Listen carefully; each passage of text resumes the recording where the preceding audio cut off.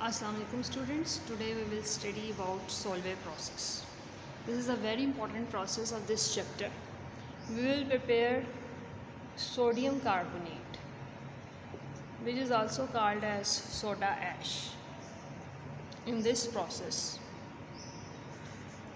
sodium carbonate is also called as soda ash. It can be prepared by a process which is known as Solvay process. So in this process we will prepare sodium carbonate, as well as we can also prepare sodium bicarbonate, which is also called as baking soda. And we can convert this sodium carbonate into washing soda also in this process. Na2CO3.NH2O is also called as washing soda. So all these three chemical compounds we can prepare by Solvay process. So this is a very important process. Sodium carbonate is a very useful chemical compound. This is also called as soda ash. It can be prepared in the preparation of different chemicals. So first of all we will study about raw materials. Raw materials which we require for the preparation of sodium carbonate.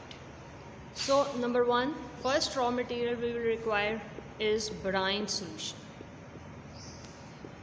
Brine is concentrated solution of sodium chloride. Brine हम कहते हैं concentrated sodium chloride solution को. ये आपने 9th class में भी study किया था. दूसरा जो हमें केमिकल कंपाउंड चाहिए ब्राइन, हमें चाहिए ammonia and calcium carbonate, which is also called as limestone. So these three chemical compounds we require for the preparation of sodium carbonate. Now अब हम करेंगे basic reactions involved. Basic reactions आपने उसी तरह ही लिखने हैं जैसे मैं अभी आपको समझा रही हूँ. आपकी बुक में ज़रा थोड़ा सा चेंज पैटर्न दिया हुआ है, लेकिन हम अभी मैं आपको जिस तरह बताऊँगी आपने उस तरह बेसिक रिएक्शंस लिखने हैं. बेसिक रिएक्शंस में सबसे पहले आप लिखेंगे preparation of ammonical brine.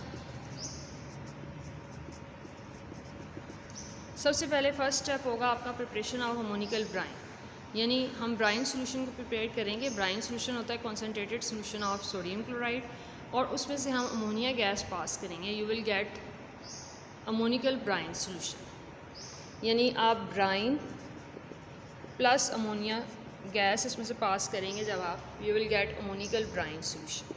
Second step is very important. Second step में हम क्या करेंगे हम we will carry out decomposition of limestone. आपकी बुक में इधर कार्बोनेशन वाला स्टेप लिखा हुआ है, लेकिन हम पहले करेंगे डिकम्पोजिशन ऑफ लाइमस्टोन. लाइमस्टोन कहते हैं कैल्शियम कार्बोनेट को. तो कैल्शियम कार्बोनेट को हम हीट करेंगे. We will require calcium oxide plus carbon dioxide. अब हम क्या करेंगे, ये जो कार्बन डाइऑक्साइड प्रोड्यूस होगी इसको हम ऊपर यानी अमोनिकल ब्राइन सोल्यूशन में से हम पास करें. So third step will be carbonation. Third step हमारे पास जो आएगा वो आएगा कार्बोनेशन वाला स्टेप. कार्बोनेशन में बेसिकली आपके पास आप डिफरेंट केमिकल रिएक्शंस होंगे. उसमें हमारे पास कार्बन डाइऑक्साइड गैस होगी, प्लस आपके पास ब्राइन सोल्यूशन होगा, प्लस आपके पास अमोनिया भी होगा, और प्लस वाटर. यानी इन चार चीज़ों के आपस में रिएक्शंस होंगे. अब ये रिएक्शंस कार्बोनेशन के कैसे होंगे ये आप इसमें आपने नोट करना है कि ये देखें अभी मैंने यहाँ पे एरो लगाया है. आप कार्बोनेशन में बेसिकली जो रिएक्शंस होते हैं उनमें कार्बन डाइऑक्साइड पहले वाटर के साथ रिएक्ट करता है. It will produce carbonic acid. Similarly अब आपके पास क्या होगा, कार्बन डाइऑक्साइड और वाटर का रिएक्शन होगा, आपके पास कार्बोनिक एसिड प्रोड्यूस हो गया, और अमोनिया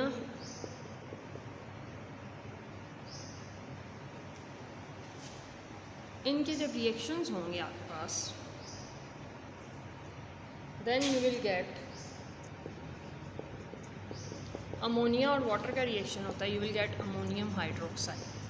अब अमोनियम हाइड्रोक्साइड क्योंकि बेस है और कार्बोनिक एसिड एक एसिड है, इन दोनों का आपस में रिएक्शन होगा, you will get ammonium hydrogen carbonate plus water. अब आपके पास एक चीज़ रहेगी, मैंने आपको बताया था कि कार्बोनेशन जब हम करेंगे हमारे पास कार्बन डाइऑक्साइड होगा, ब्राइन, अमोनिया और वाटर। इनके जब रिएक्शंस होंगे, सबसे पहले कार्बन डाइऑक्साइड और वाटर कार्बोनिक एसिड प्रोड्यूस करेंगे, अमोनिया और वाटर अमोनियम हाइड्रोक्साइड प्रोड्यूस करेंगे।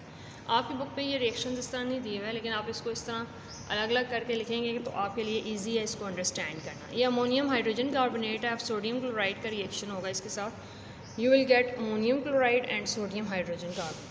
अब आपके पास आ जाएगा ammonium chloride plus sodium hydrogen carbonate. So products, ये आपके पास 2 प्रोडक्ट्स आएंगे कार्बोनेशन के। अब ये जब दोनों प्रोडक्ट्स प्रोड्यूस होंगे तो ये you will lower the temperature, हम टेम्परेचर को लोअर करेंगे टू 15 डिग्री सेंटीग्रेड। तो सोडियम हाइड्रोजन कार्बोनेट जो होगा it will precipitate out. Precipitate out का मतलब ये होता है कि इनसॉल्युबल सॉलिड की फॉर्म में ये अपीयर होगा। तो अब हम नेक्स्ट स्टेप, हमारा जो स्टेप नंबर 4 होगा दैट विल बी फिल्ट्रेशन। हम फिल्ट्रेशन कर लेंगे। फिल्ट्रेशन का मतलब ये होता है कि we will separate sodium hydrogen carbonate from ammonium chloride. इन दोनों को हम सेपरेट करेंगे, जैसा कि ये आपको बोर्ड पे नज़र आ रहा है, जो मैंने डिफरेंट केमिकल रिएक्शंस अभी लिखी हैं। फिल्ट्रेशन में हम सोडियम हाइड्रोजन कार्बोनेट को हम सेपरेट कर लेंगे और अमोनियम क्लोराइड पीछे आपके पास रह जाएगा। So sodium hydrogen carbonate is filtered.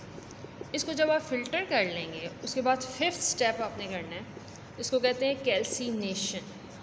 Calcination का मतलब ये होता है ये सोडियम हाइड्रोजन कार्बोनेट तो आपके पास प्रिपेयर हो गया ना। मैंने आपको बताया था कि इस प्रोसेस में हम सोडियम हाइड्रोजन कार्बोनेट को भी प्रिपेयर कर सकते हैं, which is called as baking soda.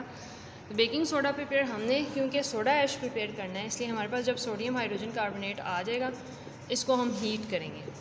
We will get Na2CO3 plus water plus carbon dioxide. तो हमारे पास sodium carbonate that is also called as soda ash, it will be prepared in this process of calcination. Calcination के process से ही हमारे पास prepare हो जाएगा।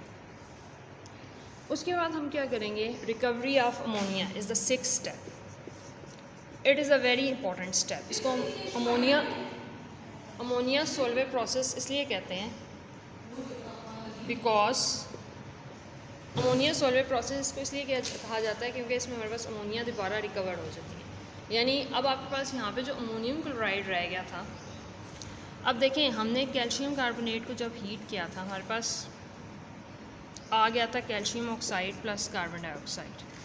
तो calcium oxide is also called as lime.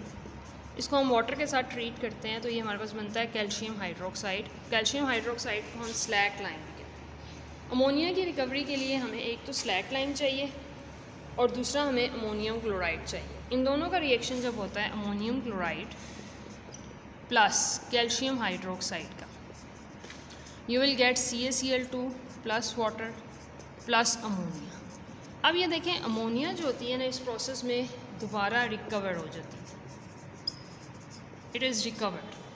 So ammonia is recovered, इसको हम दोबारा यूज़ भी कर सकते हैं। रिकवरी ऑफ अमोनिया में हम बेसिकली हमने जो लाइमस्टोन यूज़ किया था उसकी हमने डिकम्पोज करके उसको लाइम प्रोड्यूस किया। इक्वल अमाउंट ऑफ लाइम और वाटर को मिक्स करके हमने स्लैक लाइम प्रोड्यूस किया और स्लैक लाइम का जब हमने वाटर अमोनियम क्लोराइड के साथ रिएक्शन किया तो हमारे पास अमोनिया रिकवर्ड हो गई है। That's why this process is also called as ammonia Solvay process because